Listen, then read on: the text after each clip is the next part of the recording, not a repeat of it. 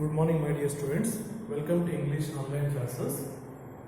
Yesterday we already discussed about the lesson A Sunny Morning written by Seraphim Jacqueline Alvarez Pintado. Okay.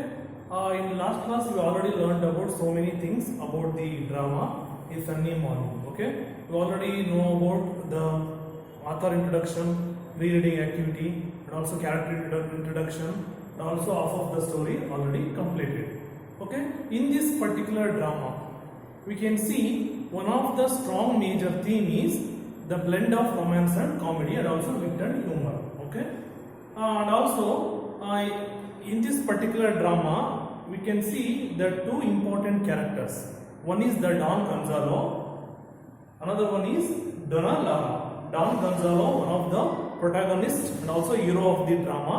Donna Lara is also one of the main character and also heroine of the drama. Okay, and Petra, Lara's maid, Junaito, Gonzalo's servant. Okay, and you already last class ಅಲ್ಲಿ drama ಹೇಗೆ start ಆಗುತ್ತೆ, ಅವರಿಬ್ರು park ಅಲ್ಲಿ first meet ಆದಾಗ ಯಾವ ತರ ಇಬ್ಬರು ಮಧ್ಯೆ ಹೀಟೆಡ್ ಆರ್ಗ್ಯುಮೆಂಟ್ ನಡೆಯುತ್ತೆ, ಅದಾದ ನಂತರ ಯಾವ ತರ ಫ್ರೆಂಡ್ಶಿಪ್ ಬೆಳೆಯುತ್ತೆ, ಅವರ ಒಂದು ಲವ್ ಒಂದು ಮ್ಯಾಟರ್ ಯಾವ ತರ ಓಪನ್ ಅಪ್ ಆಗುತ್ತೆ, ಇದೆಲ್ಲ ಕೂಡ ನೀವು ಆಲ್ರೆಡಿ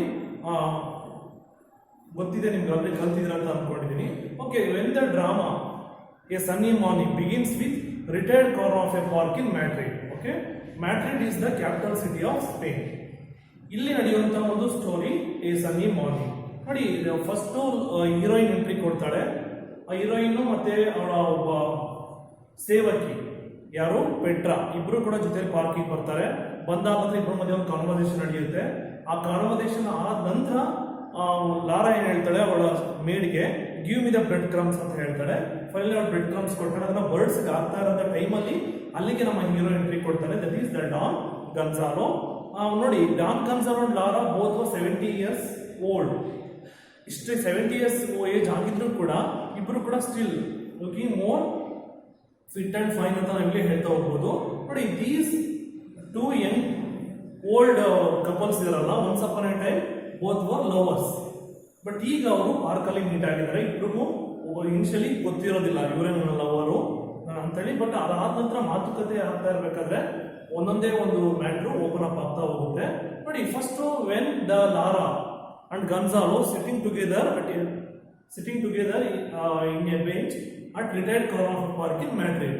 ನೋಡಿ, ಆಲ್ರೆಡಿ ನೀವು ಸೋ ಮೆನಿ ಇನ್ಸಿಡೆಂಟ್ಸ್ ಇಬ್ರು ಮಧ್ಯೆ ಆಗಿರೋದು ನೋಡಿದೀನಿ. For example handkerchief incident ಆಗಿರ್ಬೋದು, ಸ್ನಫ್ ಇನ್ಸಿಡೆಂಟ್ಸ್ ಆಗಿರ್ಬೋದು, ಅಂಡ್ ಆಲ್ಸೋ ಬುಕ್ ಓದ್ಬೇಕಾದ್ರೆ ಇಬ್ರು ಮಧ್ಯೆ ಆಗುವಂತ ಒಂದು ಸಂಭಾಷಣೆ ಆಗಿರ್ಬೋದು. ಇಷ್ಟು ಕೂಡ ನಾವು ಲಾಸ್ಟ್ ಕ್ಲಾಸ್ ಅಲ್ಲಿ ಆಲ್ರೆಡಿ ಕಲ್ತಿದೀವಿ. ಓಕೆನಾ? For example handkerchief incident. ನೋಡಿ, ಲಾರಾ ಗನ್ಸಾಲೋಗೆ ಕೇಳ್ತಾಳೆ, sir excuse me sir, do you use toothbrush as handkerchief? The Gonzalo replied, why not? Again Lara said that, do you use toothbrush as a handkerchief? ನಿಜವಾಗ್ಲೂ ನೀವು ಶೂನ hand kerchief ಅಲ್ಲಿ ಒರೆಸ್ಕೊಳ್ತೀರಾ ಅಂತ ಒಂದು comic ಆಗಿ ಒಂದು ಇಬ್ಬರ ಮಧ್ಯೆ ಒಂದು ಈ ಕಾನ್ವರ್ಸೇಷನ್ ಸ್ಟಾರ್ಟ್ ಆಗುತ್ತೆ. ಅದಾದ ನಂತರ ದ ಸ್ನಫ್ ಇನ್ಸಿಡೆಂಟ್. ನೋಡಿ, when the Gonzalo started to read the book ನ ಓದಕ್ಕೆ ಸ್ಟಾರ್ಟ್ ಮಾಡಿದಾಗ ಅವನು ಅದು before he had to read the book first he take the snuff box, ನಸಿ ಪುಡಿನ ತಗೊಳ್ತಾ ಇರ್ತಾನೆ. ಅವಳಿಗೂ ಕೂಡ ಆಫರ್ ಮಾಡ್ತಾನೆ. ಇಬ್ರು ಕೂಡ ತಗೊಳ್ತಾರೆ. ಇಬ್ರು ಕೂಡ 3 ಸಲ ಸೀನ್ ಬರುತ್ತೆ. ಅವ್ರಿಬ್ರು ಕೂಡ ತುಂಬಾ ಫ್ರೆಂಡ್ಸ್ ಆಗ್ತಾರೆ ಅಂತ ಇಲ್ಲಿ ಹೇಳ್ಬೋದು.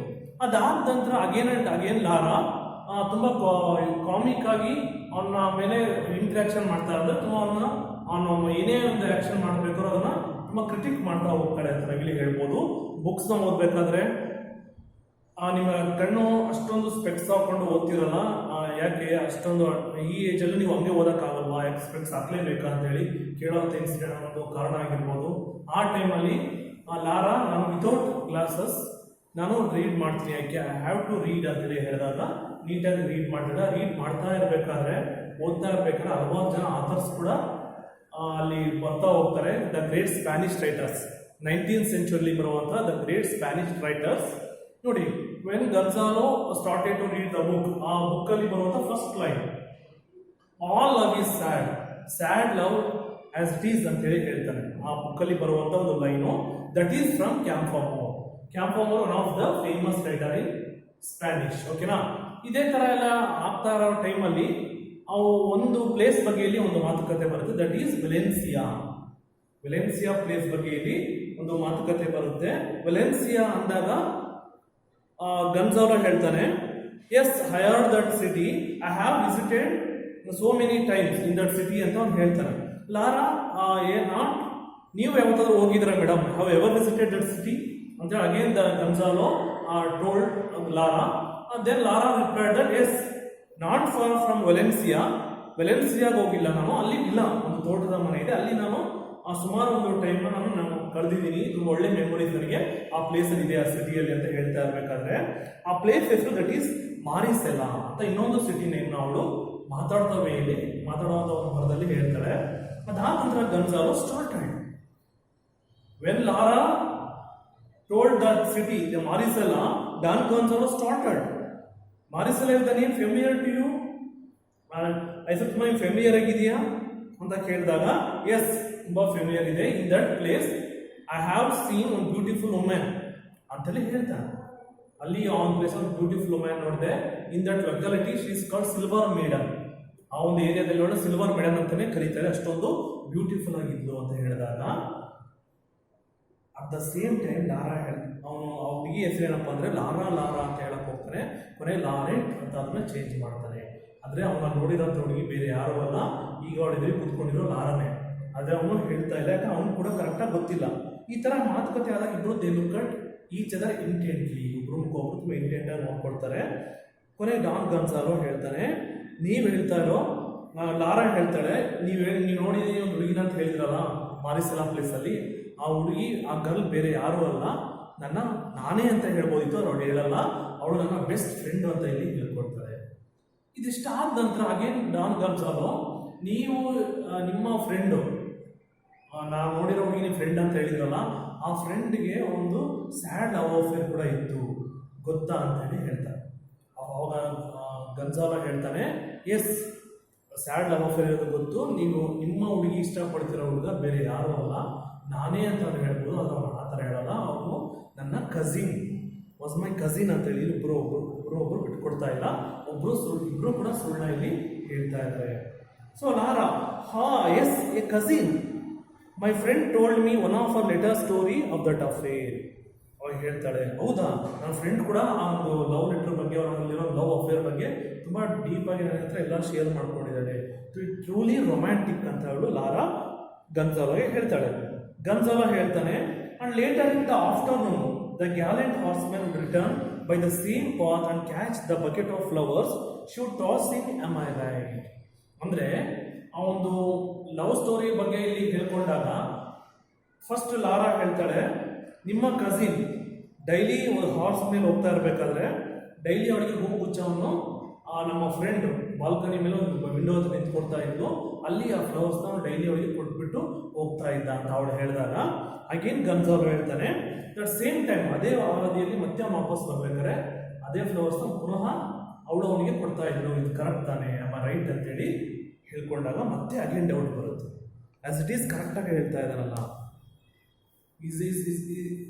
ಓ ಹೆವೆನ್ ಇಸ್ ಇಟ್ ಶಿ ಅಂತ ಒಬ್ರು ಇಲ್ಲಿ ಅಂದ್ಕೊಳ್ತಾ ಇದ್ದಾರೆ ಮನಸ್ಸಲ್ಲಿ, ಆದರೆ ಇಬ್ಬರು ಕೂಡ ಹೇಳ್ತಾ ಇಲ್ಲ.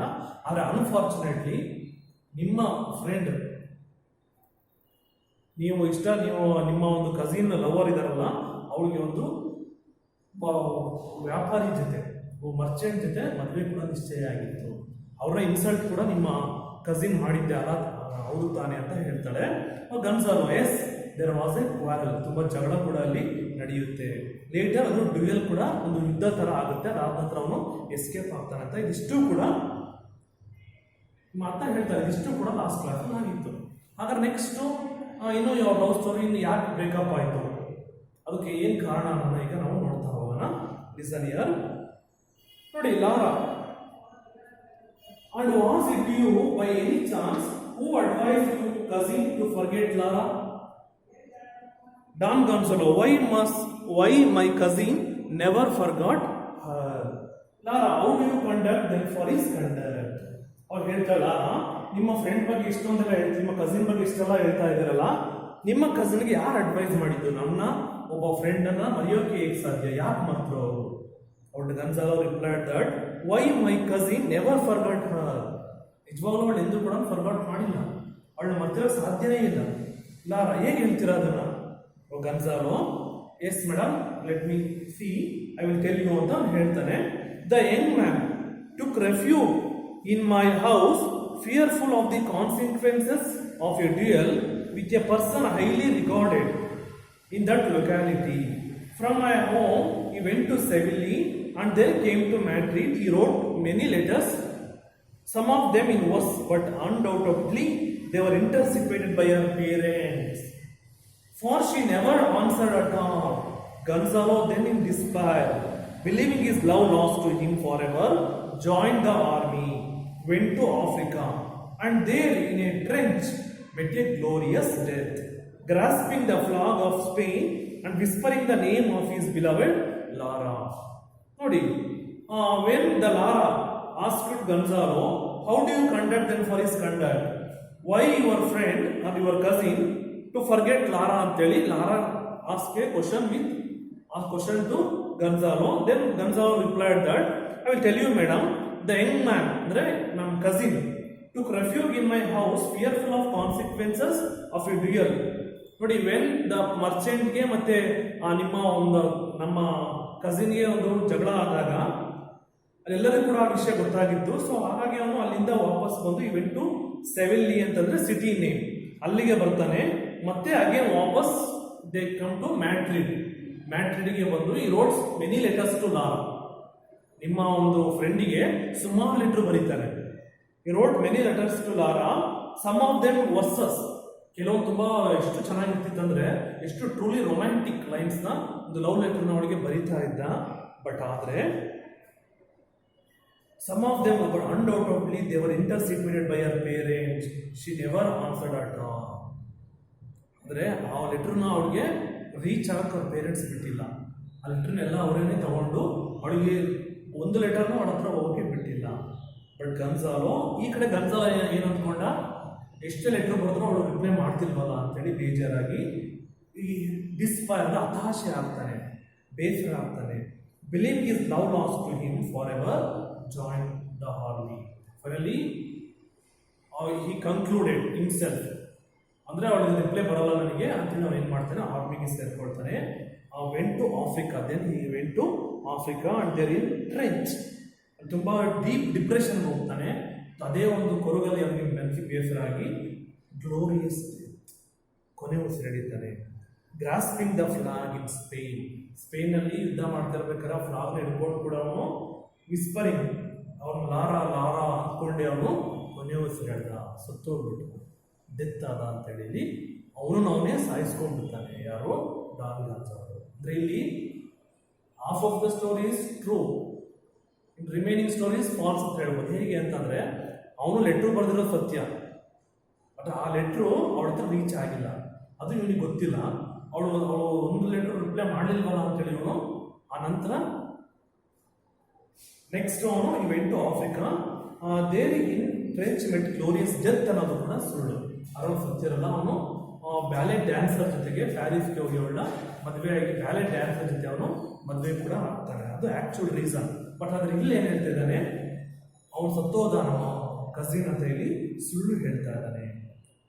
ಅಸೈಡ್ ಲಾರಾ, ವಾಟ್ ಎನ್ ಆಸ್ಟ್ರಾಸಿಯಸ್ ಲೈ, ಎಂಥ ಸುಳ್ಳು ಹೇಳ್ತಾ ಇದ್ದಾನಲ್ಲ ಅಂತ ಹೇಳಿ ಅವನು ಹೇಳ್ತಾ ಇದ್ದಾನೆ. ನೋಡಿ ಇಲ್ಲಿ ಯಾವಾಗ ವೆನ್ ದ ಗನ್ಸಾಲೋ ಆ್ಯಕ್ಚುಲಿ ಒಂದು ಪರ್ಫೆಕ್ಟ್ ಒಂದು ರೀಸನ್ ಕೊಡ್ತಾನೆ, ಆದರೆ ಕೆಲವೊಂದು ಟೈಮ್ ಅದನ್ನು ಅವನು ಕೊನೆ ಮೂಮೆಂಟೇ ಸತ್ತೋದ ಅಂತ ಹೇಳಿದ್ದು ಸುಳ್ಳಾಗುತ್ತೆ. So finally Laura aside what an atrocious lie, ಅಂದರೆ ಎಂಥ ಒಂದು ಮೊನಾಸ್ಟ್ರಸ್ ಒಂದು ಲೈನ ಇಲ್ಲಿ ಹೇಳ್ತಾ ಇದ್ದಾನಲ್ಲ ಅಂತೇಳಿ ಅಂದ್ಕೊಳ್ತಾನೆ.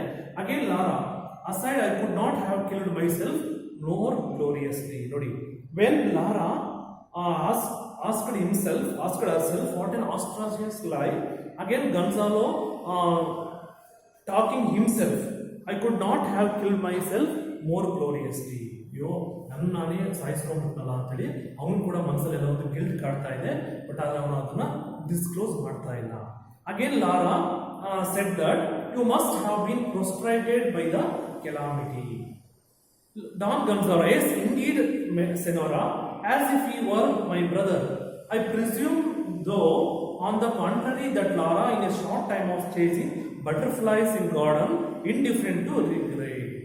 ನೋಡಿ, when Don Gonzalo told his story, he has written so many letters to Lara, but unfortunately Lara's parents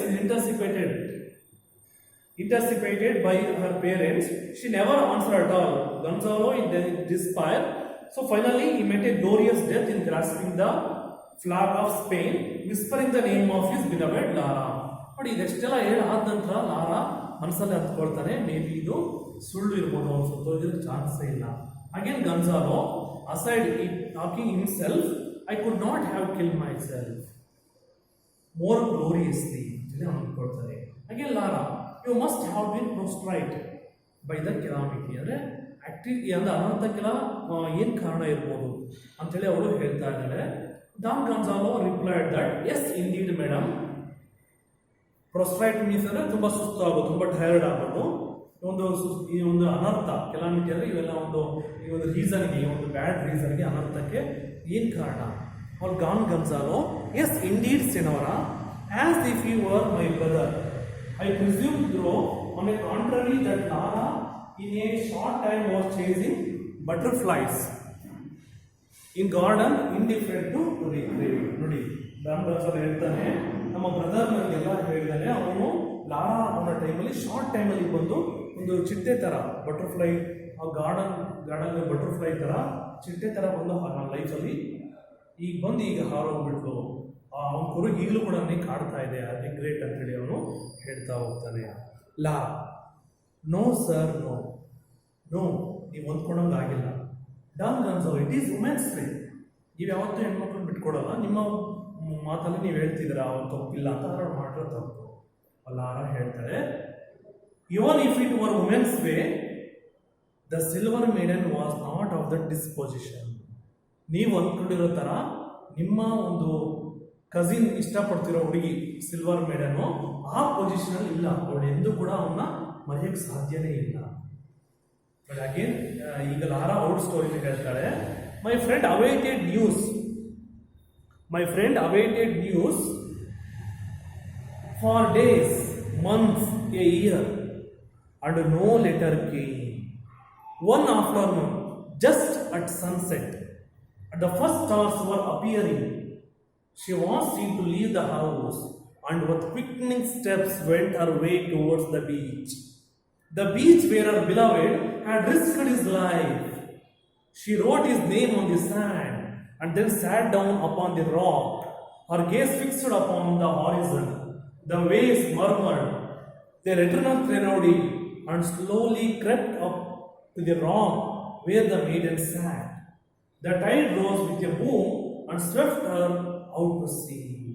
ನೋಡಿ, ಗನ್ಸಾಲೋ ಇಲ್ಲಿ ಅವನೊಂದು ರೀಸನ್, ಒಂದು ಕಾರಣ ಹೇಳ್ತಾನೆ. ಕಾರಣ ಎಲ್ಲ ಹೇಳ್ಬಿಟ್ಟು ಕೊನೆಗೆ ಒಂದು ಸತ್ತೋದು, ಅವನೇ ಸಾಯಿಸ್ಕೊಂಡ್ಬಿಟ್ಟ. ಅದ್ರಲ್ಲಿ ಆರಲ್ಲಿ ಹೇಳ್ತಿದ್ದಾಳೆ, ನೋ, ನನ್ನ ಒಂದು ಫ್ರೆಂಡ್ ಯಾವತ್ತೂ ಕೂಡ ನಿಮ್ಮ ಕಸಿನ್ನ ಮರೆಯೋಕ್ಕೆ ಸಾಧ್ಯನೇ ಇಲ್ಲ. My friend awaited news. ನಿಮ್ಮ ಫ್ರೆಂಡ್ ಬರ್ದಿರೋ, ನಿಮ್ಮ ಕಸಿನ್ ಬರ್ದಿರೋ ಲೆಟ್ರಿಗೋಸ್ಕರ ನಮ್ಮ ಫ್ರೆಂಡು ವೆಯ್ಟ್ ಮಾಡಿದ್ದಾಳೆ. For a days, months, a year. She was waited the days, months, a year, but no letter came. ಯಾವುದೇ ಲೆಟ್ರು ಬಂದಿಲ್ಲ ಅಲ್ಲಿ.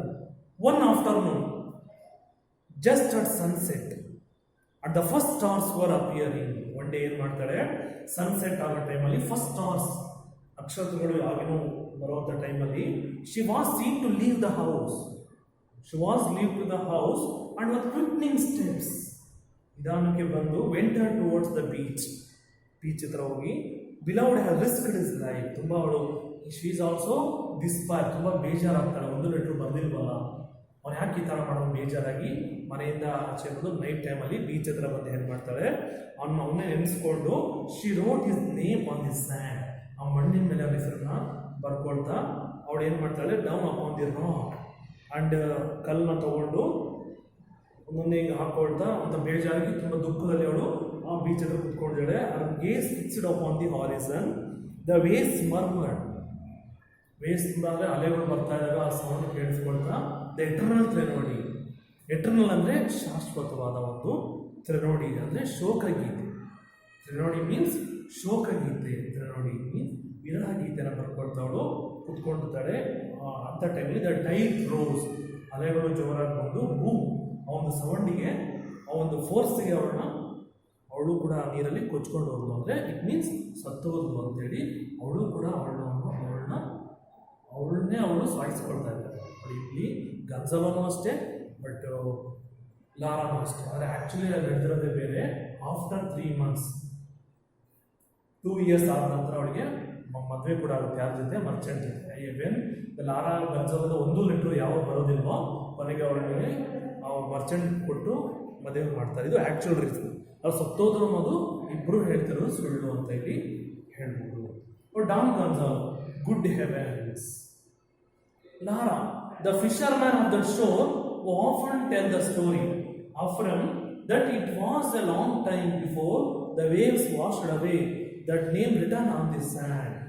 Aside, you will not get ahead of me in decorating my own funeral.